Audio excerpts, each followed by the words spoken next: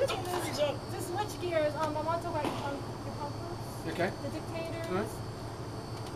How did that come about? Because you were what, 16, 17? Yeah. Oh, We were, listen, it's high school, after high school, and I met Andy Chernoff, who was this guy in New Paltz College. We actually all started in New Paltz. It was like New Paltz at those days, it still is, was the second, rated the second greatest party college in the United States, beyond UCLA, and New Paltz was like, it was like, back then, it was overran with drugs, it was just overrun with, it was insane.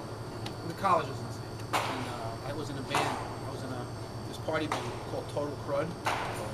Yeah, and we were just out of our fucking minds. And I met Andy, and Andy goes, I'm playing along, playing on weekends, playing fraternities, parties, and all that stuff. Doing whatever we can do. Having fun. What young boys will do, have fun. Right. Lots of fun. One reason why you pick up a guitar to begin with. Right. And all that stuff. As soon as I started playing, though, when I was 13. But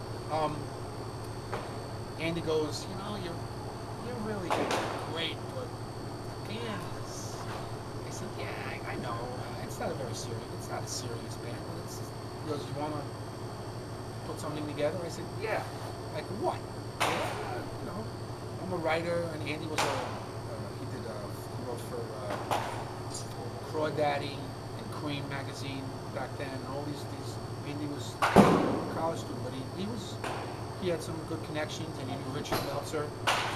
Richard Meltzer knew Sandy Pearlman, was best friends with Sandy Pearlman, who managed Blue Oyster Cult, and he had this band, and Meltzer said that they're looking for another band to manage, because the Blue Oyster Cult was successful and they had some money. Back then, that's when things were, the business was really good.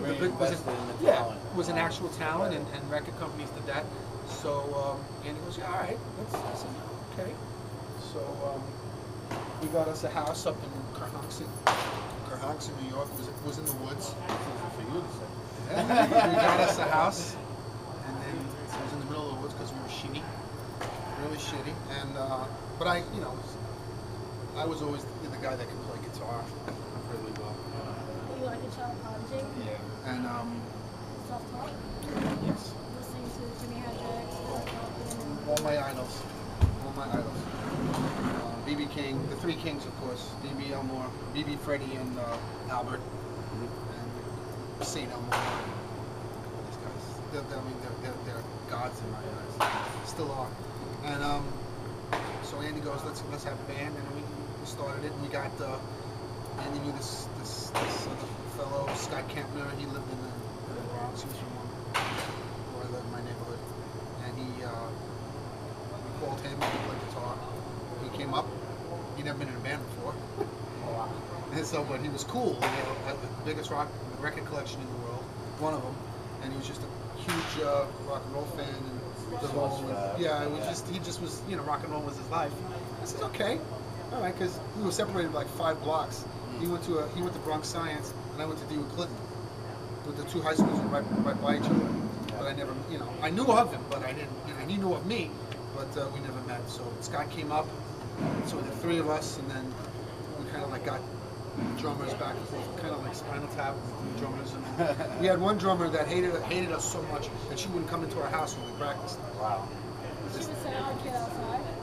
No, this guy, I forgot his name. Scott would remember. The guy would come in and play with us, but his girlfriend hated us so bad, she wouldn't come into our house and stayed outside. Wow. So. So we started, and we did some covers, and then we did this and we did that, and Andy started writing some songs. So we just didn't have a lead singer yet, but Andy was singing, and so we thought we were ready, and Sandy Pearlman, and Meltzer got Sandy Pearlman to come up to see us, and we played like 2 songs for him. I never forget it. We played like 2 songs for him, and the first thing he said to us is, don't sign with MCA. We're not going to sign with MCA. We're like, come on, like, let's go. I was like, what the f? I know, Scott, we're like, give me a show. And he goes to me, he's like, you're the second greatest guitar player. I said, second? Next to who? Buck Dunn. Ah. That's a compliment. He says, I can't believe I have the two of the best guitar players in the world right now.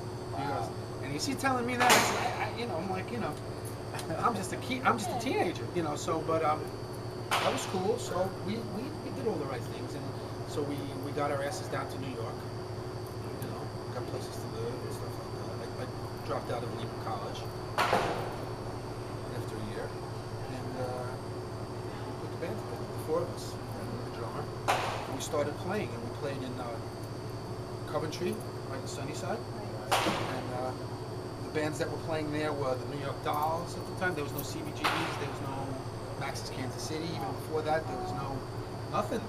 Great Gildersleeves, there was nothing like that. So we played the Coventry, we played some other places. Popeyes was a big spot for us, and we started playing. But there was something missing in the band.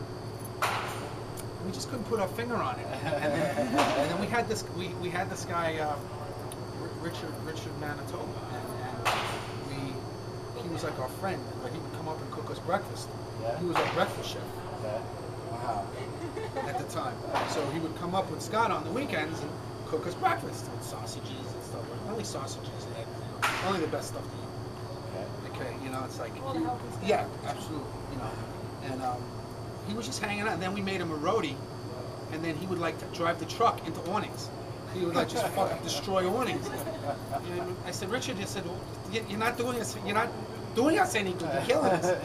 So I said, what can we make? What can we? And it's like, I said, all right. So I said, so we were playing Popeyes one night, and in the audience of Derelicts and Degenerates, there was Chris Stein from Blondie and this guy Eric Emerson from the Magic Tramps.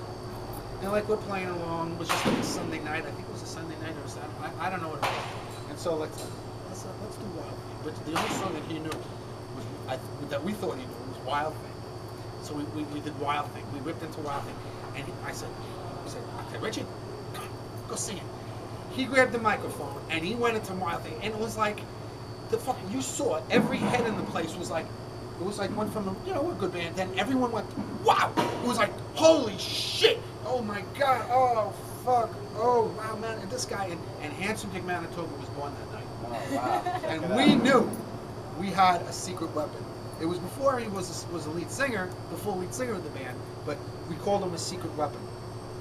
And we made, it was before Girl Crazy, and we made, then we went into the studio and recorded The Dictators Were Girl Crazy, and he did a couple of songs, bits and pieces, and he did his wrestling thing, Rainbow Strongbow, Daddy, cooking out, Daddy, I just got back from Minneapolis, bring on Rainbow Strongbow, I don't care who you bring here, Daddy. It's like amazing. And it's standing in the Rock and Roll Hall of Fame. That's right. It's the first copy, Lester Banks copy, is in the punk rock exhibition with his wrestling jacket, and we took it from there. That's how the Dictators were born. And how did the boss? Ross the Boss? The boss. Ross the Boss happened from baseball, actually. Ah.